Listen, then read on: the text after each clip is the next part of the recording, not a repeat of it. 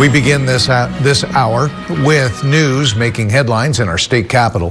Some Republicans in the state assembly are backing a new effort to repeal California's sanctuary law. That law limits local law enforcement from cooperating with immigration and customs enforcement. 17's Capitol correspondent Eitan Wallace spoke with the Kern County lawmaker who is seeking to end the state's sanctuary policy and joins us with reaction from Democrats. Yeah, the Republican lawmaker I spoke to says repealing California's sanctuary state law is long overdue and, in his words, will make California safer. But the big question in this building, can his proposal advance in a legislature home to a Democratic supermajority?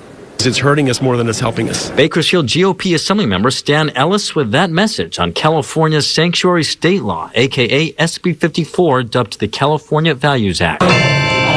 Passed by the legislature in 2017 and signed by then-Governor Jerry Brown, the law restricts state and local law enforcement from cooperating with federal immigration authorities, including ICE. ICE should 100% be able to do their jobs, and they're doing a fantastic job, so let's support them. I'm all about legal immigration. I'm all about streamlining the process, but I'm not about holding back the ability to take bad people out of this country. Ellis, along with Republican Assembly Minority Leader James Gallagher and several of their GOP colleagues in the Assembly, believe California's sanctuary state law made California less safe. Specifically, they argue the law made it more challenging for federal immigration enforcement to find, apprehend, and ultimately deport violent criminals who are in the country illegally. That's why they're now authoring a resolution calling on the state and governor to repeal California's sanctuary policies.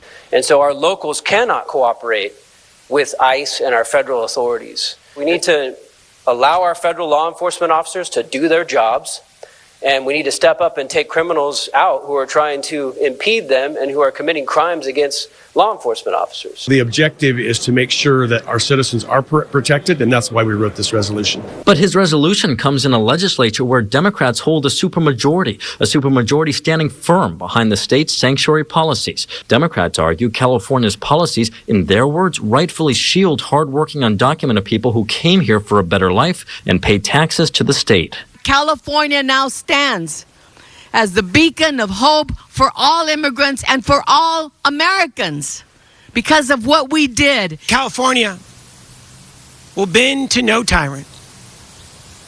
We are a state of immigrants 10.6 million strong. Given that this is a Democratic supermajority legislature, are you confident your resolution will do more than just words? Are you hopeful it can lead to action? It would be nice if it would lead to action, but I'm telling you, because we are the superminority, it most likely won't. And that's the problem with this whole state of California, is the supermajority are passing legislation and laws that are hurting us. When you can't protect your citizens, then the federal government needs to do it, and I support Donald Trump 100%. And Monday afternoon, the governor's office weighed in. They say while local law enforcement cooperation with ICE is limited in California, they note the California Department of Corrections and Rehabilitation, a.k.a. the state prison system, does coordinate with ICE on cases involving murder, rape, and other violent crimes. According to the governor's office, as of now, the state prison system has coordinated with ICE on more than 11,300 cases. Reporting at the state capitol, Eitan Wallace, 17 News.